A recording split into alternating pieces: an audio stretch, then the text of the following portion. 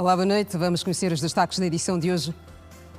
Já estão identificados estudantes que promoveram tumulto no Instituto Nacional de Petróleos, no Sumbe. Avicultores em dificuldade revelam 90% da carne de aves consumida em Angola ainda é importada. Seleção Nacional de Futebol defronta o Sudão daqui a pouco para o segundo jogo de apuramento ao CAN de Marrocos. Debate que vai opor frente a frente candidatos à presidência dos Estados Unidos acontece amanhã na ABC News, em Filadélfia. Preço do barril do petróleo continua em queda no mercado internacional. Segunda-feira, 9 de setembro, o Girassol Jornal começa agora.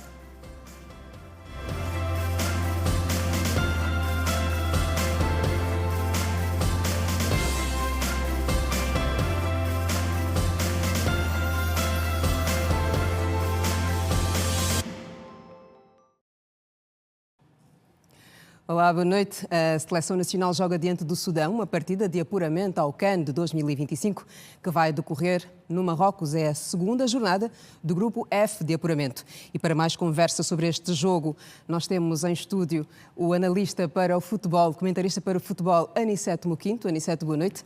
Quais são as hipóteses de vitória para Angola? Boa noite, Kina. Boa noite, telespectador. De facto, as hipóteses de Angola poder vencer este jogo são enormes, sobretudo depois do feito de 4 dias atrás, quando fomos a Kumasi vencer ao Ghana. Isto, de alguma forma, tem transportado um espírito de confiança dentro do próprio grupo que, a esta altura, vai defrontar o Sudão. Isto, de alguma forma, e o facto de jogarmos em solo pátrio diante do nosso público, claramente que as hipóteses para nós poder vencermos esta partida são enormes. É verdade que pelas ruas, e não só, verifica-se uma euforia elevadíssima. Já o engalanar, como se diz na gíria. Exatamente, por parte dos adeptos, e não só, por conta daquele bom resultado feito, mas é preciso nós aqui amenizarmos os ânimos. Pois é, eu queria perguntar isso mesmo. Exatamente. O Sudão é um adversário conhecido de Angola?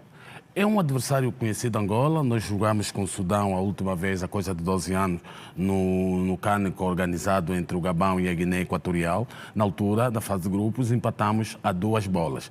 Mas de lá para cá, o Sudão também tem crescido a nível do futebol e os números falam por si. Nós temos visto, sobretudo, as suas equipas são muito regulares na fase de grupo da Liga dos Clubes Campeões e na própria Taça Nelson Mandela. Isso significa que o futebol sudanês também tem crescido de alguma forma.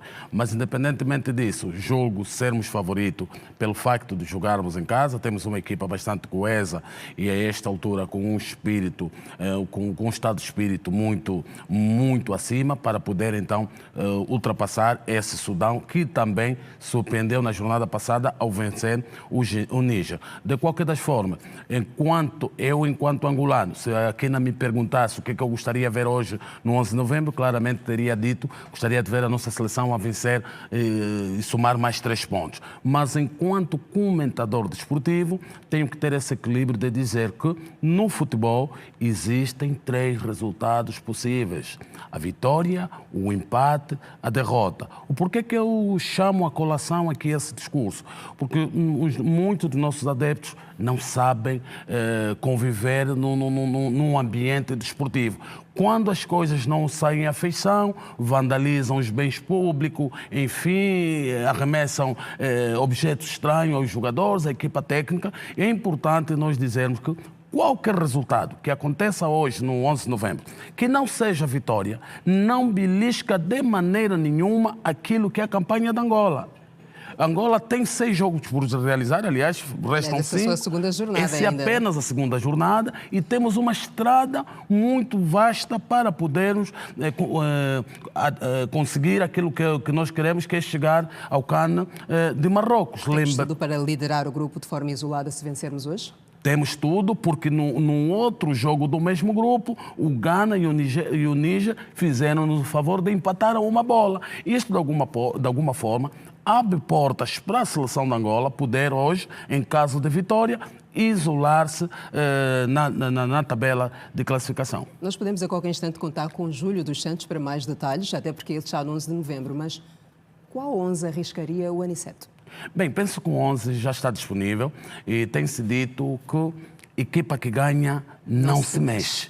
E penso que Pedro Gonçalves capitalizou essa máxima e, na verdade, fez algumas alterações no seu 11, alterações pontuais, por exemplo, no corredor direito, onde no jogo contra o Ghana jogou o Núrio Fortuna, colocou o Pedro Bondo, jogador que tem estado em destaque, teve bem a nível da própria COSAFA, de forma a dar maior profundidade naquele corredor para poder alimentar mais o nosso ataque. Mexeu também a entrada da cabeça da área, ou na área de baliza, retirou tirou a um outro jogador que jogou no Ghana, retirou-lo, mas colocou nesta altura Milson Love, que de facto entrou bem no jogo passado, e acredito que Pedro Gonçalves olha para esses jogadores como aqueles que poderão dar maior fluidez ao nosso ataque. Para dizer o seguinte, que manteve o tridente de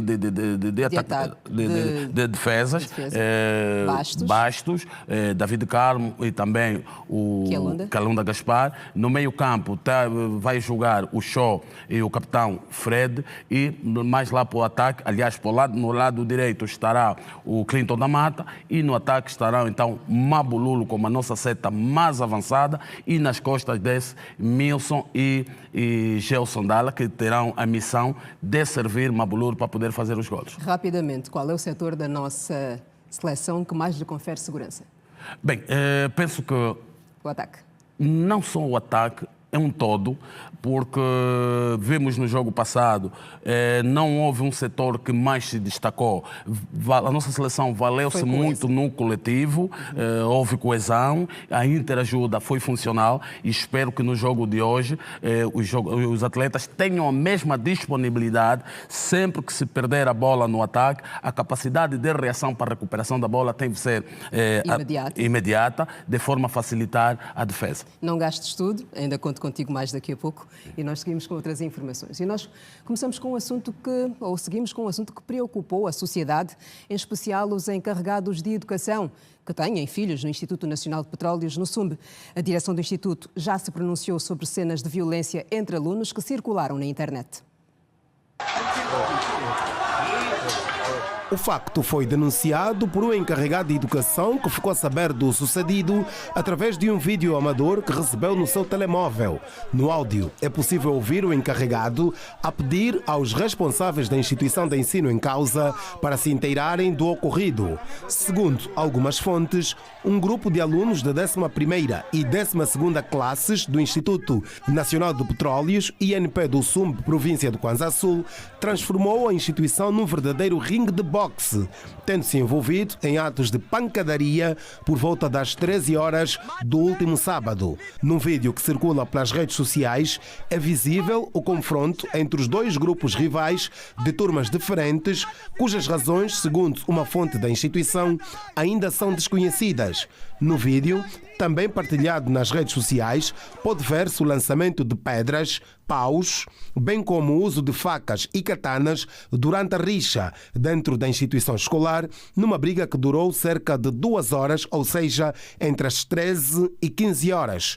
Em nota distribuída à imprensa, a direção do Instituto Nacional de Petróleos informa que no último sábado, 7 de setembro, registrou-se uma rixa entre alunos do 11º e 12º anos que resultou na destruição de alguns bens do Instituto e no ferimento de um dos alunos. Na mesma nota, a direção refere que através da visualização das imagens das câmaras de segurança foi possível identificar que participaram da ação 24 alunos. Foram identificados em autos de declarações 3 alunos como autores da rixa. O Instituto sinaliza que, pelo facto de ter havido danos patrimoniais, foi notificado o SIC, Serviço de Investigação Criminal, que colocou os técnicos que colheram dados que vão ajudar a esclarecer os factos. No mesmo documento, assinado pelo diretor-geral do Instituto Nacional de Petróleos do SUMB, Alegria Raul Joaquim, ficou-se também a saber que foi entregue o auto de notícia à PGR junto do SIC para a sequência do procedimento e que, independentemente do processo crime, os alunos identificados serão submetidos a processo disciplinar com base no regulamento do internato e, em função do envolvimento de cada um dos implicados, será aplicada a devida sanção. Ainda os ecos do Dia Mundial da Alfabetização, no AMBO, os desafios para este ano passam por alfabetizar mais de 27 mil cidadãos. A informação foi prestada pelo responsável da educação na província. Em entrevista exclusiva à TV Girassol, o diretor do Gabinete Provincial da Educação, Mário Rodrigues, garantiu que o processo tem apresentado resultados satisfatórios. O AMBO registrou um número considerável de indivíduos que foram alfabetizados no âmbito do projeto Educação de Jovens e Adultos e também da alfabetização de forma geral, que estamos a falar acima dos 15 mil cidadãos que foram alfabetizados nos diferentes módulos que este programa comporta. No âmbito do projeto Empoderamento da Rapariga e Aprendizagem para Todos, o PAT2, na componente do EJA, temos tido sim apoio financeiro para o efeito. Para o presente ano letivo, espera-se alfabetizar mais de 20 mil pessoas dos 11 municípios. A nossa meta é ambiciosa, nós pretendemos este ano letivo alfabetizar cerca de 27 mil indivíduos, isto nos 11 municípios, olhando para as particularidades não só do apoio que temos merecido no âmbito do projeto EJA, mas as condições estão criadas para que, a nível dos 9 municípios, excepto a Chicala e o Bailundo, tanto mobilizarmos todas as forças vivas da sociedade para que possamos ter mais pessoas alfabetizadas e olhando assim para uma inclusão destas pessoas na sociedade, sobretudo no sistema de ensino aqui na província.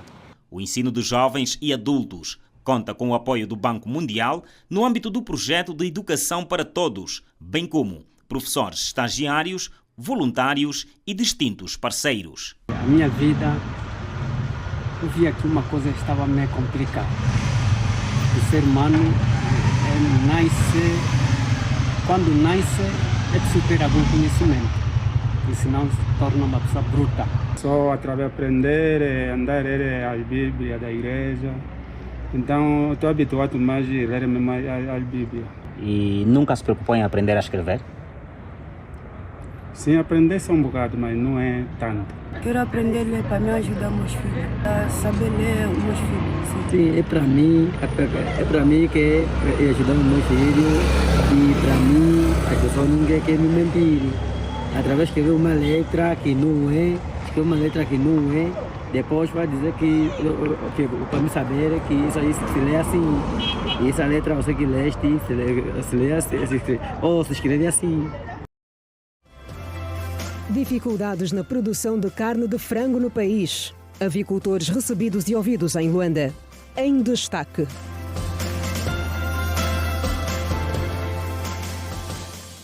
A vida lá onde tudo começa. Passos de progresso.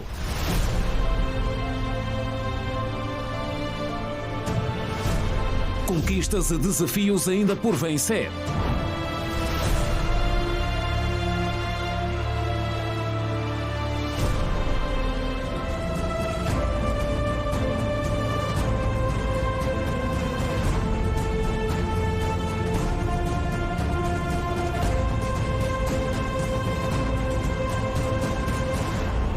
Vilas. Exclusivo. A Associação Angolana de Direitos e Inclusão de Mulheres com Deficiência, com apoio da Telopay, estão a realizar uma formação com duração de 2 dias para capacitar e formar empreendedoras.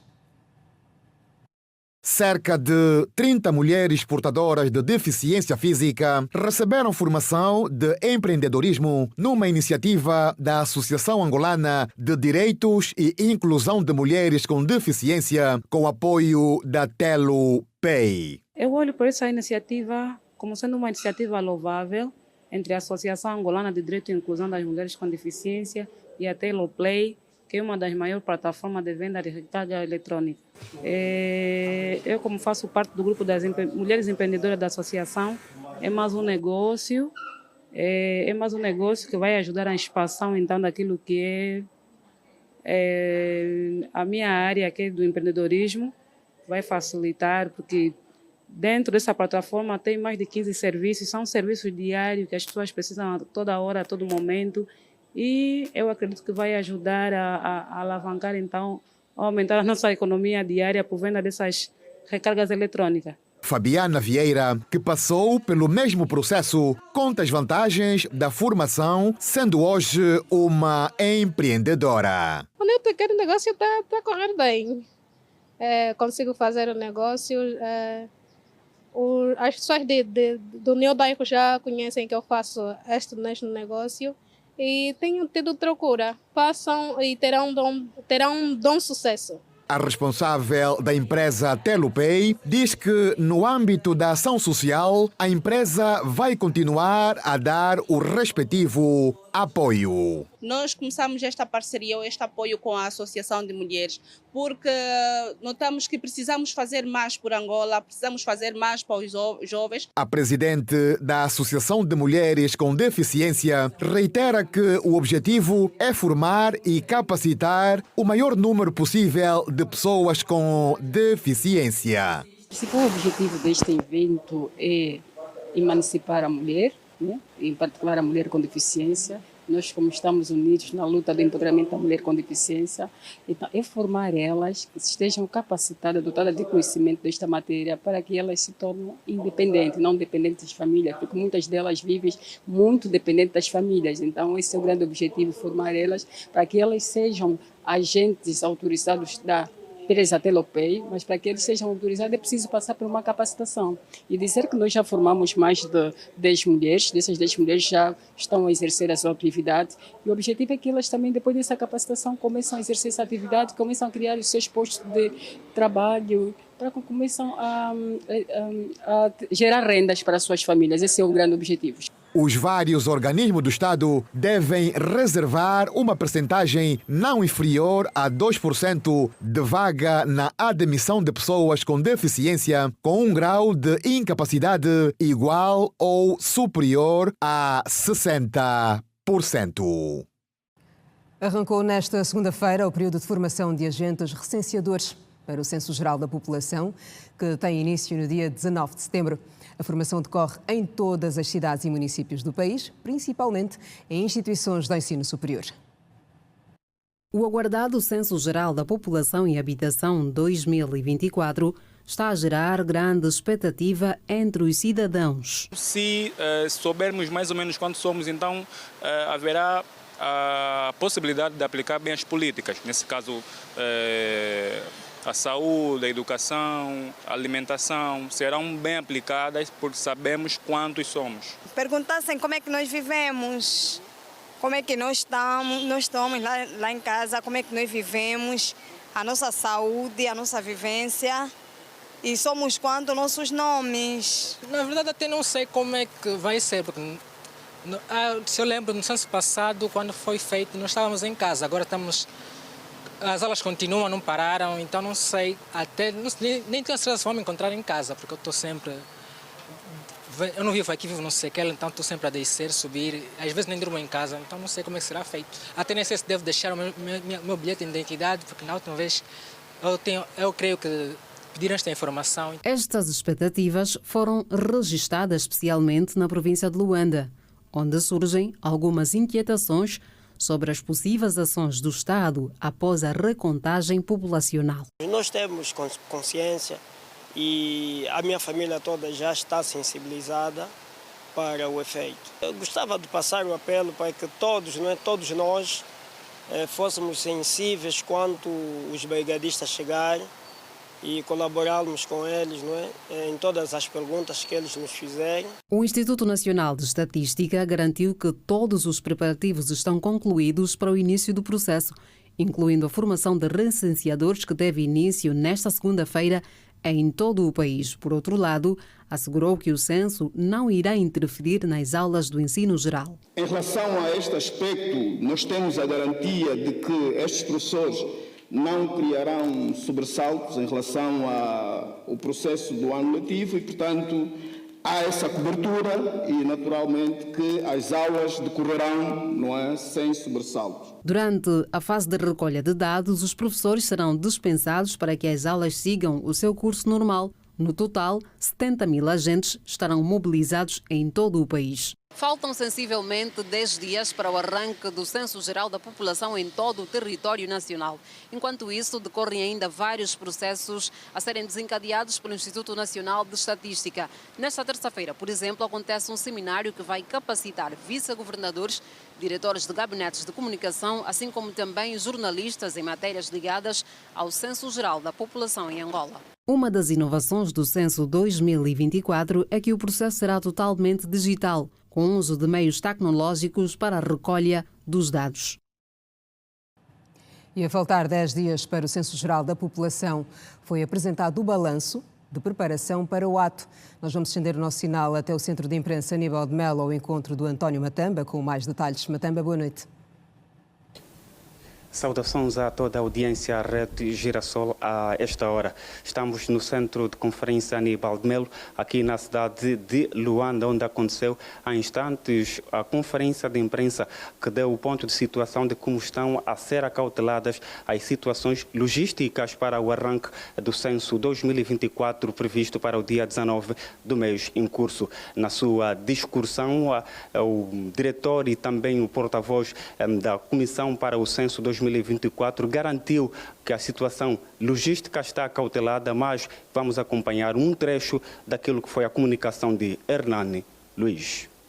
Esta formação, que teve início em todo o território nacional, nos diferentes municípios, conta com a participação de mais de 79.423 agentes. Estes agentes estão distribuídos em mais de 1.986 salas de aulas. A formação, que começou hoje, que terá uma duração de 10 dias, visa essencialmente ministrar elementos importantes que poderão contribuir positivamente no processo da assimilação do Censo Geral da População e Habitação aos recenseadores. No entanto, as matérias a serem ministradas, passamos a citar os procedimentos de recolha de dados, o uso do sistema de recolha de informação, protocolos de segurança e privacidade, habilidades de comunicação a fim de dotar os recenseadores com técnicas de persuasão eficiente no ato das entrevistas. Todos esses itens a serem ministrados ao longo dos 10 dias visam capacitar da melhor forma os recenseadores que poderão estar no campo a partir de 19 de setembro às 0 horas. Ouvíamos o porta-voz da Comissão Organizadora para o Censo 2024, que arranca no próximo dia 19 de setembro, que garantiu que mais de 70 mil agentes censitários estão a participar do processo de formação para o êxito que se quer desse processo que acontece pela terceira vez no nosso país. O último censo que organizamos aconteceu em 2014, 10 anos depois voltamos a contar por Angola, mas o resto desta informação, o caro telespectador, poderá acompanhar nos próximos serviços de notícia desta Casa de Informação. Com certeza, António Matamba, obrigada por estas informações. Já sabe, faltam 10 dias para o Censo Geral da População. Veja no próximo bloco o setor avícola com novas perspectivas em dificuldade. E ainda, debate Kamala Harris e Donald Trump movimentam opiniões entre os americanos. O intervalo é breve. Voltamos a seguir, não saia daí. Até já.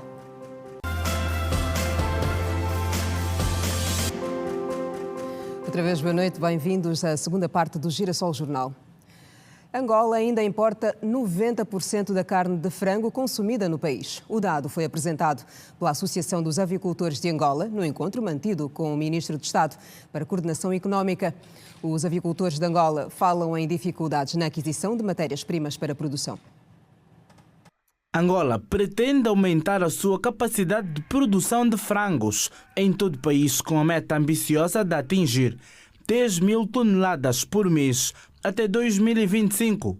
No entanto, os produtores enfrentam dificuldades devido à escassez de milho e soja, insumos importantes para a avicultura.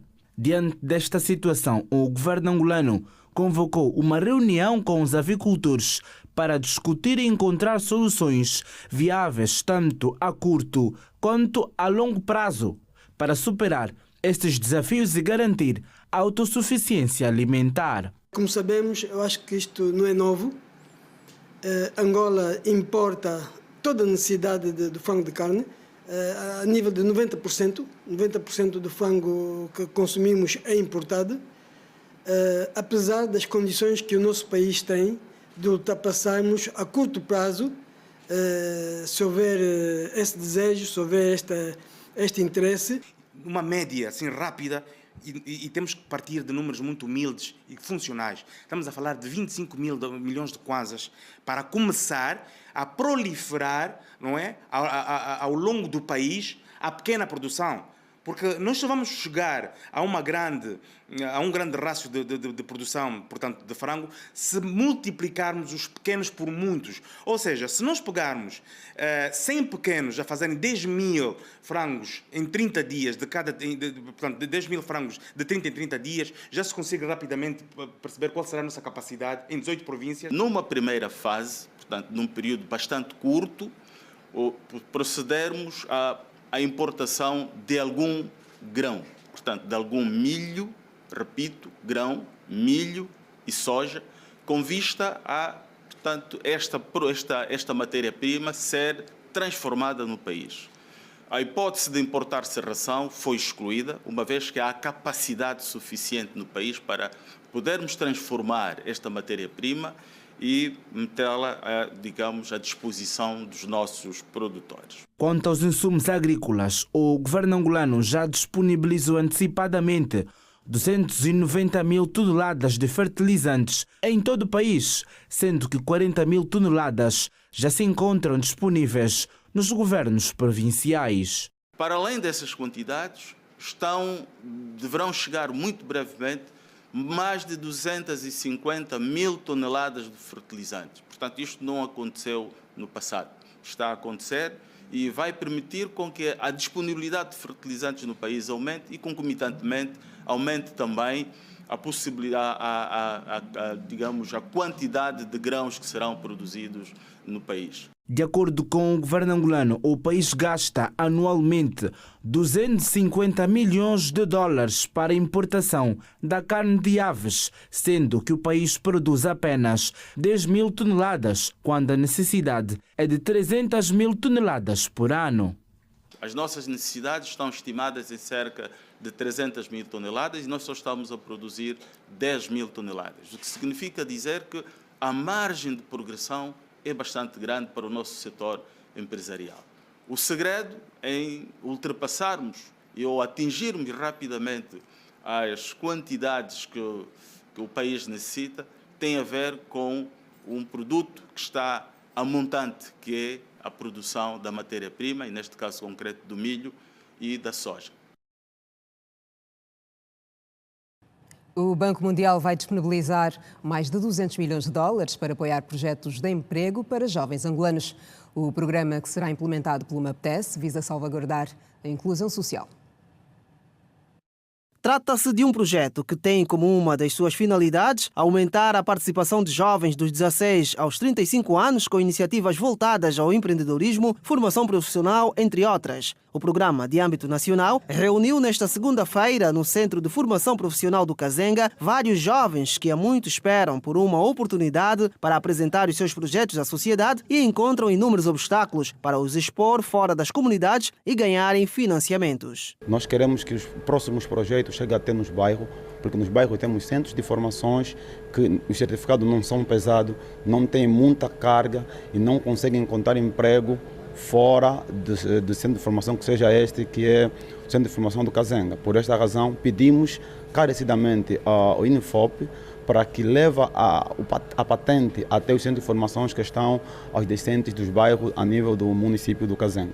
Uma vez que a vida faz-se no município, nós devemos levar o projeto naquelas pessoas que estão realmente agregadas, que são jovens que se encontram nas comunidades, como levando a profissão de carpintaria, serralheiro, porque nós hoje os jovens estamos muito encajados naquilo que é a formação acadêmica, não na formação profissional. Nos formamos e depois não temos com o que trabalhar. Então a formação profissional dota o jovem naquilo que é o emprego já de imediato, porque um jovem com uma formação profissional pode criar, sim senhora, o seu autoemprego e poder sustentar a sua família também. Durante a consulta pública, os jovens mostraram-se entusiasmados com o projeto do Ministério da Administração Pública, Trabalho e Segurança Social, que salvaguarda 42% para pessoas com necessidades especiais. É sinal de que o INEFOP, e o Banco Mundial estão preocupados, com a juventude do Kazenga. Munir os jovens de ferramentas suficientes para enfrentarem o mundo de mercado, o mercado de emprego. É uma grande iniciativa do centro profissional, ou seja, a INEFOP, em coerência com o Banco Mundial, em financiar projetos de jovens. E ainda esse projeto primou por algo muito importante, que é também os portadores da deficiência, não é? 6% do pessoal que será admitido ou inscrito neste projeto será portador de deficiência, e isso para mim, ou para os portadores de deficiência, já é muito importante. Serão 250 milhões de dólares a serem financiados pelo Banco Mundial e que prevê beneficiar 500 mil jovens em todo o país. Estamos a falar de um financiamento de 250 milhões de dólares, cujo o grande foco recai sobre os jovens dos 16 aos 35 anos. A princípio vai beneficiar cerca de 500 mil jovens. E para tal, estamos a fazer a auscultação. Temos de fazer menção que o projeto ainda não é um projeto fechado. Na sexta-feira, aqui em Luanda, no Sinfotec Rangel, fizemos a abertura provincial de Luanda e a partir de hoje estamos a fazer aquilo que é a auscultação nos municípios. Kazenga, Cacoaco, e vamos também para Icolibengo, vamos para Luanda, vamos para Talatona. O objetivo é estarmos em 8 municípios de Luanda. É um projeto, por acaso, muito ambicioso, porque foca principalmente na camada juvenil. Este fundo, ou esse financiamento, poderá fazer cobertura principalmente no que diz respeito aos estágios profissionais para os jovens formados nos centros, não só do INEFOP, mas também nos centros privados reconhecidos pelo INEFOP. O projeto de emprego e oportunidades para os jovens tem por objetivo auscultar esta franja da sociedade civil em 8 municípios de Luanda. Angola e Itália preparam-se para assinar um memorando de entendimento no setor dos desportos, com foco na troca de experiências, no fortalecimento também da prática desportiva em Angola. A empreitada vai desenvolver jovens atletas e melhorar infraestruturas desportivas pelo país. Angola e Itália estão prestes a assinar um memorando de entendimento para promover a troca de experiências e dinamizar a prática desportiva. A informação foi passada após a audiência do embaixador italiano com o ministro da Juventude e Desportos. Troca de experiência, é claro, no setor do desporto em particular, pode ser aceito um acordo. Agora temos que ver como proceder, pero em alguns setores, mas sempre desportivos, agora não se pode dizer onde nesse momento, pero começamos essa cooperação hoje e acho que será frutuosa. Cristiano Gallio, embaixador da Itália, destacou que a cooperação bilateral trará benefícios para o país, que poderá aproveitar a experiência italiana na organização de grandes eventos desportivos. A experiência do nosso país em organizar grandes eventos, Jogos Olímpicos, temos em Milano e Cortina no ano 2026, inverno, Jogo Olímpico Invernal. É importante que os países ajudem a Angola nesse setor, porque verdadeiramente é um ano para o desenvolvimento do desporto. O ministro Rui Falcão anunciou que a assinatura do memorando está prevista para o próximo ano, com o objetivo de potencializar jovens atletas angolanos. patrocinarem alguns programas que nós temos para o desenvolvimento juvenil, mas também abrirem as portas para a superação, formação e superação dos nossos quadros desportivos. E refiro-me aqui a treinadores, etc., que podem, a partir dos centros de formação de especialidade na Itália, beneficiar desses cursos. Portanto, nós vamos trabalhar nesse sentido. Além disso, o ministro mencionou que o governo está a desenvolver planos para integrar diferentes modalidades desportivas e criar uma rede que incentive a prática de atividades físicas. O Conselho de Ministros acabou de aprovar o Plano Nacional de Desenvolvimento do Desporto. Nós, esta semana, vamos fechar o ciclo de recolha de opiniões sobre o Plano Estratégico de Desenvolvimento Integral da Juventude, que também irá à aprovação do Conselho de Ministros. Portanto, são dois planos que os nossos parceiros podem segurar e daí inferir sobre as necessidades que temos. E nesse plano traçarmos as nossas parcerias. Durante a audiência, o embaixador italiano enfatizou a importância da colaboração para o desenvolvimento desportivo em Angola, oferecendo apoio para fortalecer iniciativas, especialmente nas áreas de capacitação e infraestrutura. O Brent voltou a abrir em baixa nos mercados internacionais. O petróleo de referência para as exportações angolanas está a ser negociado nesta segunda-feira a $71 o barril. As negociações do petróleo Brent voltaram a abrir em baixa nos principais mercados internacionais. O produto de referência para as exportações angolanas está a ser negociado nesta segunda-feira a $71 o barril. A queda é contabilizada em mais de $12,99 norte-americanos, se tivermos que voltar ao mês de julho do presente ano, período em que o preço do produto esteve fixado acima dos $80 o barril. A perda em muito pouco tempo é tida como a mais baixa já registada desde 2023, apesar de o preço atual não colocar em causa o Orçamento Geral do Estado, que foi aprovado com a referência média de $65 o barril. Diante do cenário evidente, o aumento da produção é ainda visto como uma das soluções, na perspectiva de aliviar o impacto da crise no mercado, para o caso particular de países produtores e exportadores totalmente dependentes do petróleo, como é Angola. O crude ainda representa cerca de 90% das exportações angolanas, 35% do produto interno bruto nacional e 60% das receitas fiscais do país. Os níveis de produção de petróleo estão atualmente fixados em mais de 1 milhão de barris, cifra que o país pretende a curto prazo aumentar. A vida lá onde tudo começa. Passos de progresso.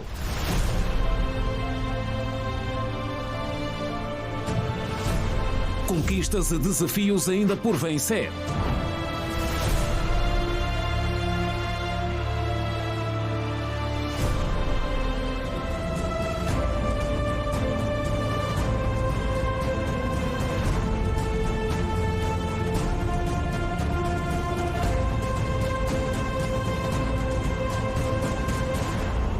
Vilas.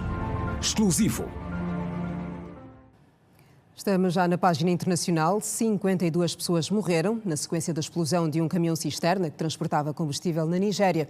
A explosão é resultado do embate com outro caminhão que transportava passageiros e gado. Veja o assunto no Compacto Internacional. A Agência de Gestão de Emergências do Estado do Níger disse que o incidente ocorreu quando um caminhão-cisterna carregado de combustível colidiu com um trator-reboque carregado de passageiros e gado. As vítimas da explosão foram imediatamente enterradas, segundo os serviços de emergência locais, que sublinharam que a prática de enterro imediato é comum na zona. Na sequência do acidente, que envolveu outros veículos, cerca de 50 vacas foram queimadas vivas. A zona registra de forma recorrente acidentes de viação e, por isso, as autoridades pedem aos automobilistas que tenham prudência ao circularem pela via. Subiu para 21 o número de mortos em consequência do incêndio que atingiu o dormitório de um internato no Quênia. O número aumentou depois de terem sido encontrados mais 2 corpos neste fim de semana. De acordo com as autoridades, os corpos das vítimas queimaram tanto que seria impossível os familiares identificarem. Previa-se que os testes de DNA começassem hoje, com as autoridades a alertarem que o processo seria demorado. O incêndio na noite de quinta-feira destruiu um dormitório que abrigava 156 crianças. O Quênia está a viver 3 dias de luto em memória das vítimas, numa altura em que há relatos de que houve outro incêndio com 3 feridos no internato para meninas. O antigo presidente do Banco Central Europeu defendeu hoje uma Europa mais produtiva e inovadora para continuar a financiar o seu modelo social. A posição de Mário Draghi foi manifestada através de um relatório onde apresenta aspectos aos quais se deve prestar mais atenção nas sociedades europeias. No documento fica patente a necessidade de a Europa desenvolver uma capacidade industrial de defesa forte e independente, a redução dos preços da energia e melhor coordenação de políticas para reduzir dependências. Draghi alertou que a Europa não será capaz de se tornar ao mesmo tempo líder em novas tecnologias, um farol de responsabilidade climática e um ator independente na cena mundial, que não conseguirá financiar o seu modelo social e terá que reduzir algumas, se não todas, as suas ambições. Para a mudança do atual cenário, Draghi, por via do relatório, apontou a aceleração e inovação, a descarbonização eficaz e equilibrada, mais reciclagem, mais investimento na defesa europeia e mecanismos para a atração de mais fundos. E acontece amanhã em Filadélfia o debate Kamala Harris e Donald Trump. O momento é histórico e aguardado com muita expectativa pelos eleitores americanos. Vale lembrar que, apesar de entrar tarde para a corrida e lhe ter sobrado apenas 107 dias para disputar a eleição à Casa Branca, Kamala Harris se apresenta bem nas sondagens.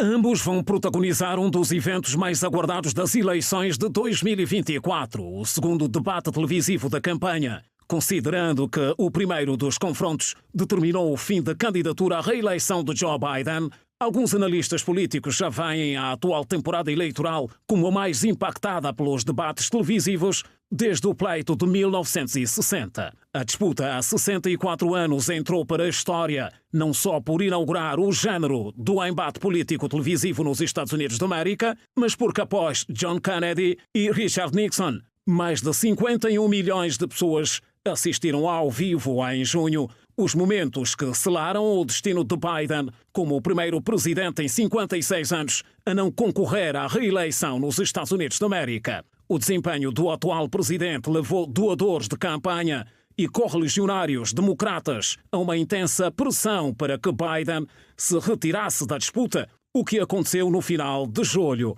E embora o partido tenha sido relativamente rápido para se aglutinar em torno do nome de Kamala Harris, sobrou a ela apenas 107 dias para convencer os eleitores de que merece ocupar a Casa Branca. É a campanha mais curta na história recente americana. Embora relembre que, historicamente, debates costumam ter um impacto mínimo. Na conquista de novos votos, especialistas reconhecem que o evento entre Harris e Trump é sem precedentes, justamente pela limitação da agenda de viagens da democrata e por ser a primeira oportunidade dela diante de uma plateia bipartidária de se apresentar aos eleitores, formular a sua mensagem e tentar aumentar a sua preferência junto a eles. Por isso mesmo, a candidata democrata desistiu de tentar alterar regras do embate já estabelecidas entre Trump e Biden e das quais ela discordava, como ter o microfone desligado quando o oponente estiver com a palavra. A equipa de Trump chegou a sugerir que ele poderia desistir do embate caso houvesse mudanças nas regras, algo que a campanha de Harris afirmou querer evitar. A candidatura tem usado o slogan "Diga na minha cara" ao responder comentários ou críticas do Trump sobre ela feitas a terceiros, como uma forma de provocá-lo a participar de todos os 3 debates previstos até 5 de novembro. E para entendermos a dinâmica e a importância deste debate para os resultados das eleições americanas, temos em estúdio o economista americano Neil Breslin Jr.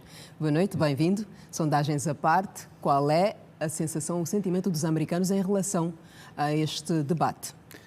Bom, muito obrigado pelo convite de estar aqui.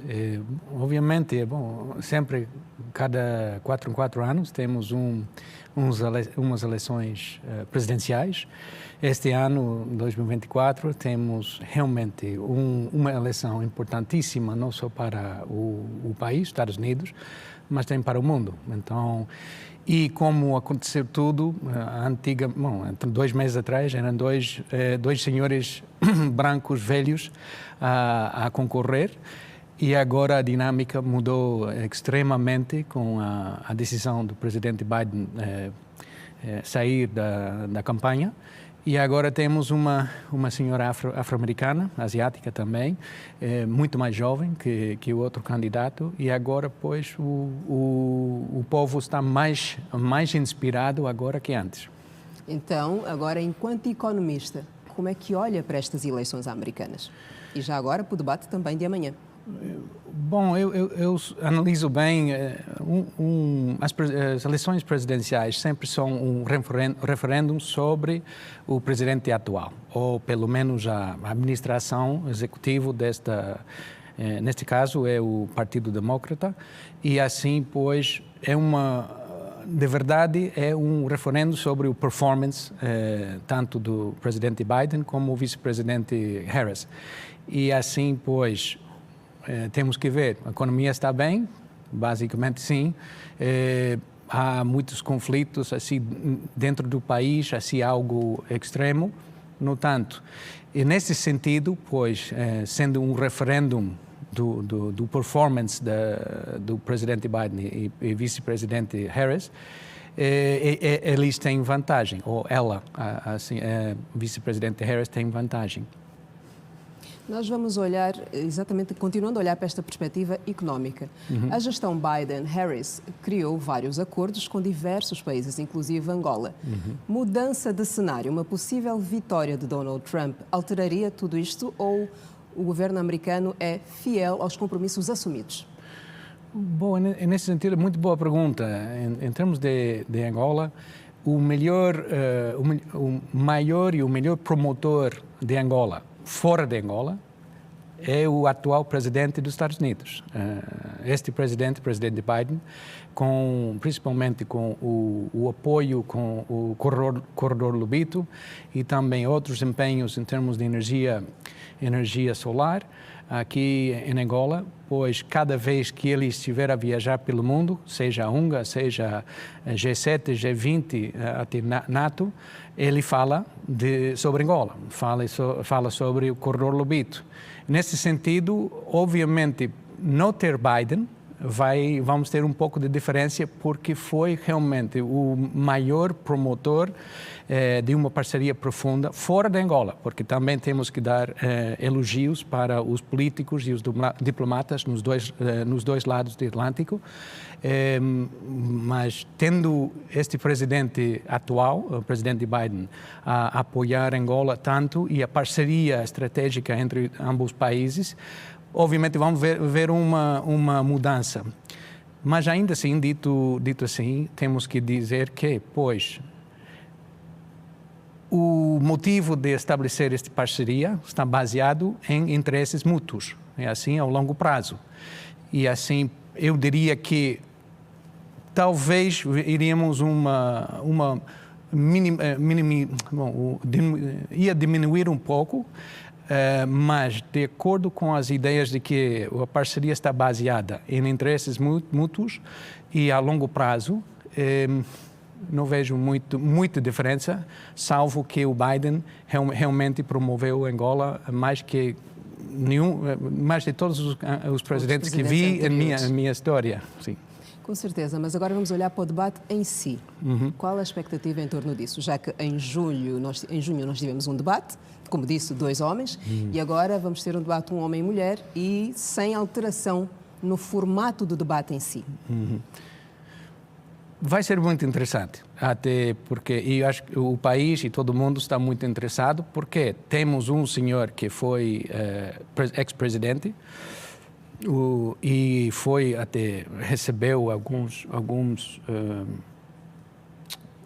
decisões jurídicas em contra dele, e ela é procuradora assim de profissão.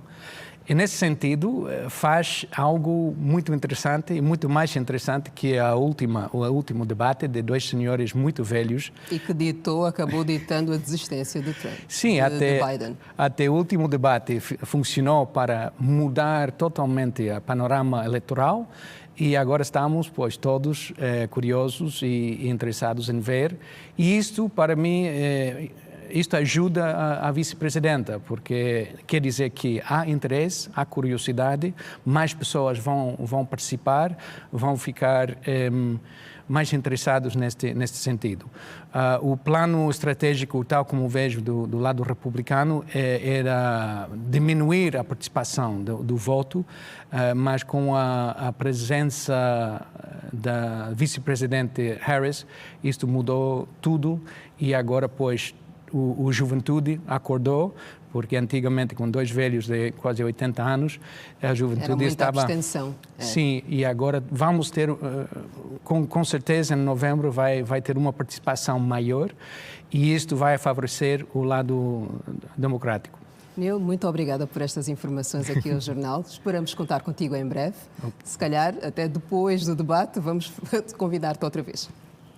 Bem-vindo, obrigado. Estamos juntos. Estamos juntos. E na Guiné-Bissau, um avião foi apreendido com grandes quantidades de cocaína. A Polícia Judiciária guineense não identificou ainda a quem pertence a aeronave. O diretor nacional da Polícia Judiciária da Guiné-Bissau, Domingos Correia, informou que o avião apreendido no Aeroporto Internacional de Bissau, Osvaldo Vieira, transportava mais de 2,6 toneladas de cocaína e era proveniente da Venezuela. A cocaína estava distribuída em 78 fardos. Todos os 5 ocupantes da aeronave, 2 cidadãos do México, um colombiano, um cidadão do Equador e um do Brasil, foram detidos pela PJ e foram apresentados ao Ministério Público nesta segunda-feira para o primeiro interrogatório judicial e a subsequente aplicação de medidas de coação. O passo seguinte, indica ainda Domingos Correia, é prosseguir com as investigações para o desmantelamento da rede de pessoas envolvidas na aterragem do avião em causa. A Polícia Judiciária da Guiné-Bissau declarou que a operação denominada Landing contou com a colaboração da DIA, Administração de Fiscalização de Drogas dos Estados Unidos da América, e a MOACE, Centro de Análise e Operações Marítimas e Narcotráficos. Esta Agência Internacional de Combate aos Narcóticos tem sede em Lisboa e é uma iniciativa de 6 países membros da União Europeia e do Reino Unido e é confinanciada pelo Fundo para a Segurança Internacional da União Europeia. Domingos Correia referiu ainda que contou igualmente com a efetiva colaboração da Guarda Nacional, da Polícia de Ordem Pública e dos Serviços de Informação de Estado, SIS, a secreta guineense. O responsável afirmou que a Polícia Judiciária reafirma o seu compromisso e determinação em intensificar o combate ao tráfico internacional de estupefacientes, contando com a vital cooperação internacional que tem sido um pilar fundamental no sucesso das operações contra o crime organizado. E voltamos a olhar para o Angola-Sudão, o jogo a contar para a segunda jornada de apuramento ao CAN de Marrocos, que acontece no próximo ano. Angola está no grupo F. Neste momento o jogo está quase a terminar a primeira parte, 0-0. Aniceto está de volta. Do bocado que assistiu, como é que estamos a nos comportar? É verdade, 45 minutos, teima o 0-0. Angola não consegue violar a baliza sudanesa, apesar de ter jogado durante esses primeiros 45 minutos com a maior posse de bola. Tem sido, de facto, avalaçador a posse de bola, mas ainda assim não temos sabido aproveitar esta posse para capitalizar naquilo que tem a ver com os golos. Repare que em 45 minutos Angola fez apenas 3 remates, um enquadrado com a baliza. Muito pouco para o futebol que Angola está a produzir. É verdade que estamos a jogar bem, mas a nível do meio campo vai faltar ali alguma coisinha. Vai faltar aquele jogador que faz aquele passe açucarado, como gostamos de dizer na gíria desportiva, para os atacantes. Os jogadores lá estão, mas a verdade é que as jogadas não saem à feição, porque os sudaneses jogam para cima dos angolanos, não permitem aqueles que têm que cadenciar e pautar pelo jogo da Angola pensarem para fazer os passos para a baliza. Isto, de alguma forma, tem dificultado ao máximo os nossos avançados terem bola. Muitas das vezes são obrigados a recuar até o meio campo em busca da bola. E quando o atacante vem buscar a bola ao meio, não tem a mesma eficácia para atacar a baliza. Isso, de alguma forma, tem retirado alguma qualidade no nosso jogo. Espero bem que o técnico tenha lido isto durante esta primeira parte e tentar fazer as mexidas necessárias na segunda parte para podermos chegar com qualidade à baliza e fazer o golo tão esperado nesta noite pelos angolanos. Mas do que analisou até agora, não é diferente da estatística habitual de Angola. Angola peca muito na finalização. É verdade, peca muito na finalização, mas hoje é diferente, porque hoje temos assumido o jogo. Angola assume o jogo, está a jogar em casa, tem jogado com muita bola e é assim que se recomenda, mas peca mesmo a nível da finalização. Penso que temos que trabalhar um pouquinho mais o nosso meio-campo. Os jogadores são os mesmos, aqueles com os quais ganhamos, têm o seu mérito, têm o seu valor, mas agora é preciso o treinador fazer algumas alterações pontuais. Não necessariamente ter que fazer substituições, mas se calhar mudar apenas os jogadores, exatamente, para facilitar então o processo, porque Angola chega inclusive numa fase em que faz futebol direito, de defesas para a baliza contrária para a nossa defesa, e isto de alguma forma descaracteriza o bom futebol. Como é que ficam as contas nesse eventual empate ir até os 90 minutos? E o empate também do Ghana diante do Níger? Bem, havendo um empate, claramente que Angola continua líder do grupo, agora poderá terminar líder do grupo com 4 pontos, os mesmos pontos que o seu adversário desta noite, e o Ghana e o Sudão, aliás, o Níger, ficarão lá no finalzinho da tabela com apenas 1 ponto. Vamos torcer que sim, Aniceto. Não, vamos torcer que Angola vença. Os golos, acredito que os golos não marcados nesta primeira parte serão todos marcados na segunda parte. Sim, portanto é mantermos lá na liderança. Exatamente. Obrigado. Obrigado. E nós seguimos agora em direto. Vamos tentar encontrar o Custódio Jacinto, que tem mais detalhes de como está o regresso a casa para estudantes e também para os automobilistas. Custódio Jacinto está pelas ruas de Luanda. Custódio, boa noite. O que é que podes nos oferecer a esta hora? Como é que está o trânsito em Luanda? Boa noite, Custódio. Nesta altura nos encontramos num dos pontos da cidade de Luanda, concretamente aqui na via que dá lugar ao Benfica. Nos encontramos depois da paragem do Rocha Padaria. O movimento é leve, tal como podemos observar nas imagens, não há qualquer constrangimento no trânsito.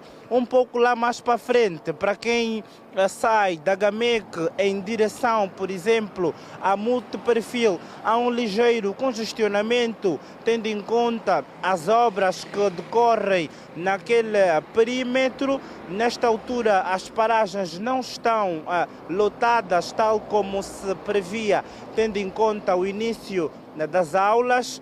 Boa parte das pessoas nesta altura encontram-se já em casa a acompanhar o jogo da Seleção Nacional diante do Sudão. Vou ver se consigo conversar com alguém nesta altura para saber, por exemplo, qual é a expectativa em torno deste jogo que une o nosso país de Cabinda ao Cunene.